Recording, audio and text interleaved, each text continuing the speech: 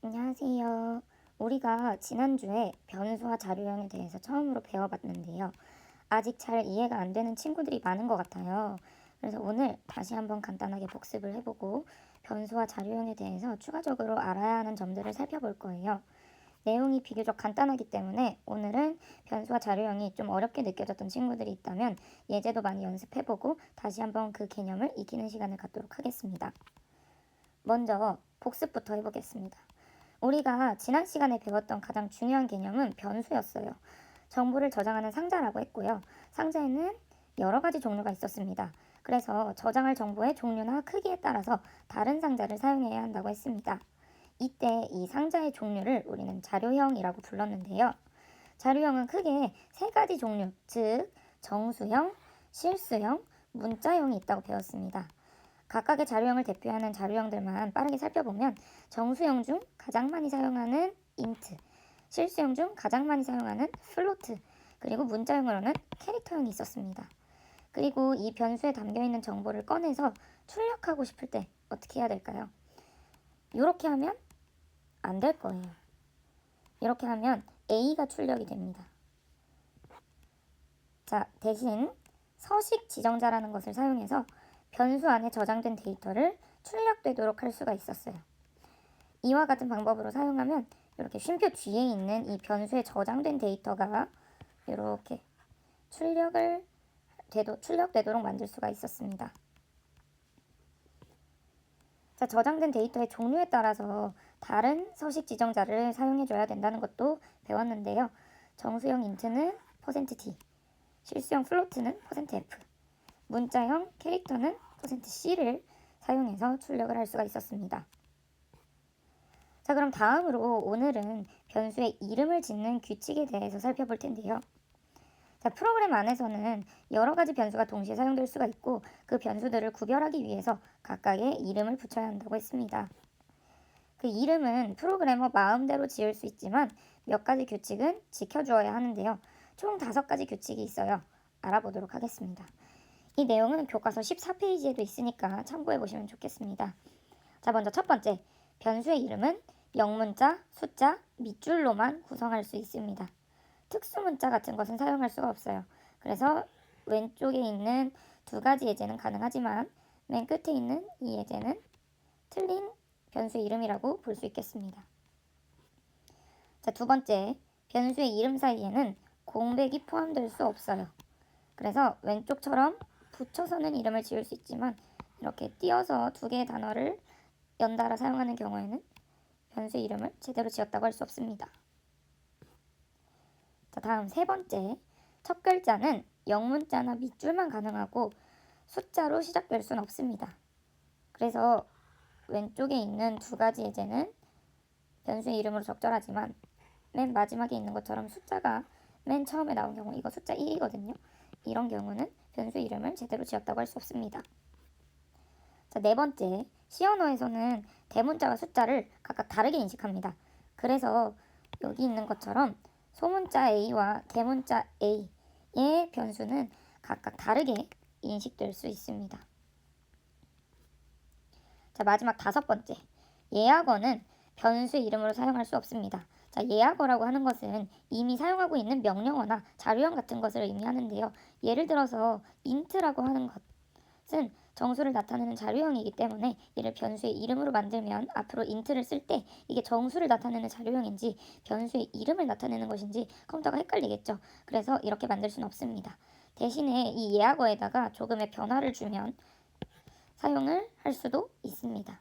자, 그래서 int 말고도 뭐 예를 들어서 우리가 나중에 if라는 뭐 명령어들도 배울 텐데요. 이런 것들은 변수의 이름으로 사용할 수 없습니다. 자, 다음으로는 바이트라고 하는 것에 대해서 알아볼 텐데요. 자료형마다 저장할 수 있는 데이터의 크기가 조금 달랐죠. 그리고 그 크기의 단위를 우리가 바이트로 나타낸 것을 볼 수가 있었어요. 그래서 이때 이 바이트가 정확하게 무엇인지, 그리고 이 바이트보다 더 작은 기본 단위인 비트라는 것은 무엇인지 한번 알아보도록 하겠습니다.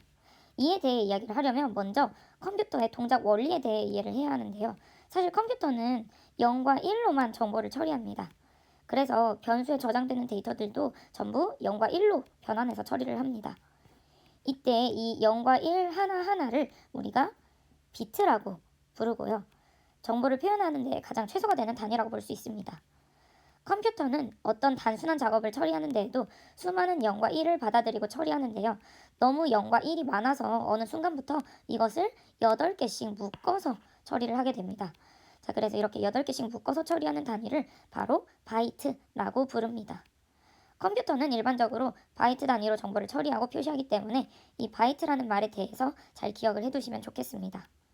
자, 그러면 한 가지 질문을 해보겠습니다.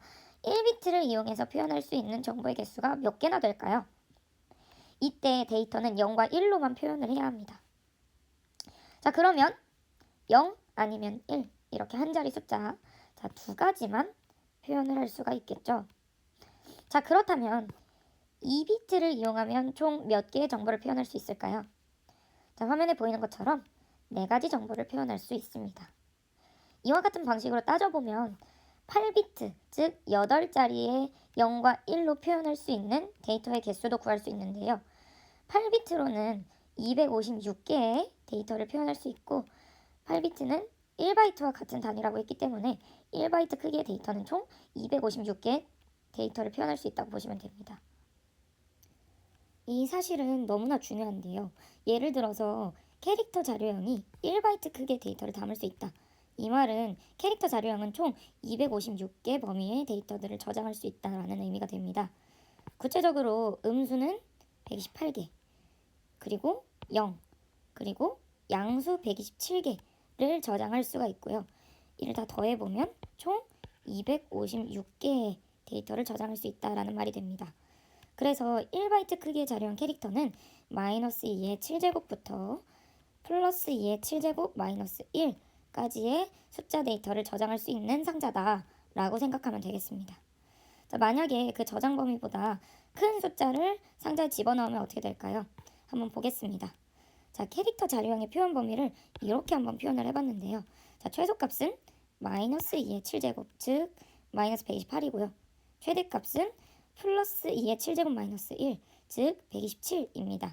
근데 이 자료형에 최대값보다 더 큰 수를 집어넣으면 어떻게 될까요? 그러면 표현 가능한 범위가 초과되겠죠. 그래서 표현할 수 있는 가장 큰 수 127을 넘어서 표현할 수 있는 가장 작은 수 마이너스 128을 저장시키게 됩니다. 좀 특이하죠? 이렇게 저장되는 데이터의 범위를 초과해서 가장 작은 수가 저장되는 현상을 바로 오버플로우라고 부릅니다. 요건 참고로만 알아두시고요. 너무 어렵다 싶은 친구들은 그냥 넘어가도 됩니다. 자, 다음으로 이 변수를 사용할 때 주의할 점 몇 가지만 간단하게 살펴보겠습니다. 먼저 정수 데이터와 관련한 부분입니다. 자, 정수는 음수도 포함되기 때문에 변수의 음수 데이터도 저장할 수가 있습니다. 두 번째, 실수 데이터와 관련한 부분입니다. 이라는 키워드를 사용해서 소수를 표현하기도 하는데요. 이 뒤에 붙는 수를 10의 지수로 표현함으로써 소수를 표현할 수도 있습니다. 자주 사용하진 않는데요. 일단 교과서에 나오기 때문에 참고로 알아두시면 되고요. 지금 여기 보이는 것처럼 2 플러스 3이라고 쓰면 10의 3제곱이다 라고 표현한 것과 같습니다. 그래서 1.5 곱하기 10의 3승이라고 해서 1500이라는 여기 소수점이 붙었죠. 자, 이렇게 실수를 표현하는 데 사용하기도 한다라는 거 참고로 알아두시면 되고요. 자, 세 번째, 문자 데이터에 대한 부분입니다. 문자는 작은 따옴표를 사용해서 씁니다. 그래서 여기 있는 것처럼 영어 한 글자 요 S를 표현하기 위해 작은 따옴표를 사용한다라는 거. 파이썬과는 조금 다르죠. 그래서 이렇게 다른 기호를 쓰면 문자로 인식하지 않으니까 주의해야 하고요. 자, 네 번째, 문자 데이터는 두 가지 유형이 있어요. 먼저 알파벳, 숫자, 특수문자 같은 것들을 표현하는 아스키 코드라는 것이 있고요. 자, 그리고 전 세계의 모든 언어를 표현할 수 있는 유니코드라는 것이 있어요. 아스키 코드는 8자리 이진수, 즉 8비트로 표현하는 것을 원칙으로 하기 때문에 1바이트 자료형인 캐릭터에 저장을 할 수가 있습니다. 그래서 영어 단어 한 글자, 숫자, 특수문자는 캐릭터 자료형 변수에 저장이 가능하고요.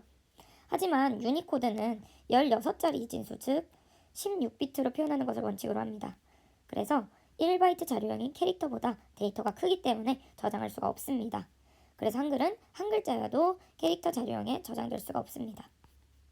자, 아스키 코드는 지금 여기 있는 이 4자리 이진수랑 위에 있는 3자리 이진수를 조합해서 표현을 하게 되는데요. 자, 여기 보이는 대문자 A 역시 위에 있는 이진수와 옆에 있는 이진수를 조합해서 1000001이라고 표현을 하고요. 자, 지금 여기 예제로 보여드린 골뱅이 역시 100 그리고 여기 조합된 0000으로 나타낼 수 있다라는 것도 참고로 알아두시면 되고요. 이렇게 아스키 코드 표 읽는 법은 사실 우리가 중학생 때 배웠는데 아마 기억이 잘 안 날 거예요. 이 내용은 사실 지금도 중요한 내용이라고 보기는 조금 어렵기 때문에 또 이해가 안 되시면 그냥 넘어가셔도 좋습니다. 자, 그리고 마지막으로 이제 알아야 되는 거 한번 볼 텐데요. 문자 데이터에서 또 이 문자 데이터는 사실 문자 코드로 저장되는 거예요. 즉 문자는 아스키 코드나 유니코드 표현 방식에 의해서 그 문자에 매칭되는 숫자 데이터가 저장이 된다라는 거 참고하시면 되겠고요. 그래서 문자 데이터 이 네임에다가 A를 저장하고 이를 정수형으로 출력을 해보면 매칭되는 숫자 데이터가 출력이 됩니다. 이 부분을 조금 어려워하는 친구들이 많은 것 같은데요. 사실 이 부분도 지금 우리한테 그렇게 중요한 내용은 아니에요. 그래서 이해가 안 되면 이 부분도 그냥 넘어가도 좋습니다. 자, 우리가 이렇게 변수를 만들어서 사용하면서 이렇게 생긴 기호들 많이 사용했어요. 이것을 프로그래밍에서는 대입 연산자라고 부르는데요. 이것의 정확한 의미 그리고 이런 사칙 연산과 관련된 기호들의 의미도 한번 알아볼 거고요. 이런 것들을 이제 앞으로 자유자재로 사용을 하게 될 텐데 정확하게 어떻게 사용하는지까지 알아보도록 하겠습니다. 이것만 알아보고 마칠게요. 자, 그리고 이 외에도 다양한 연산자들이 있는데요. 이것들을 통틀어서 우리는 연산자라고 부르고 어떠한 연산자들이 있는지 전부 알아보도록 하겠습니다. 자, 먼저 첫 번째 대입 연산자입니다. 자, 대입 연산자는 이렇게 생겼고요. 자, 오른쪽에 있는 데이터를 왼쪽에다가 저장한다 라는 의미가 됩니다. 자, 그러면 이런 식으로 자리를 바꿔서 사용해도 의미가 똑같을까요? 아니겠죠. 자, A라는 변수를 숫자 5에 저장한다라는 것 자체가 말이 안 되죠. 그렇죠? 그래서 이렇게 위치를 바꿔서 사용하면 안 됩니다. 자, 수학에서는 사실 이 등호가 같다라는 의미였기 때문에 뭐 왼쪽 오른쪽의 위치가 바뀌어도 상관이 없었죠. 자, 근데 정보에서는 이렇게 위치가 바뀌면 아예 다른 의미가 되어버린다라는 거 유의해서 사용하셔야 되겠습니다. 자, 그래서요, 화면에 있는 코드 한번 따라서 작성해 보시고요. 실행시키면 어떻게 될까요? 자, A랑 B라는 변수를 만들고 A라는 변수에는 5를 저장하고 B라는 변수에는 A를 저장시켰습니다.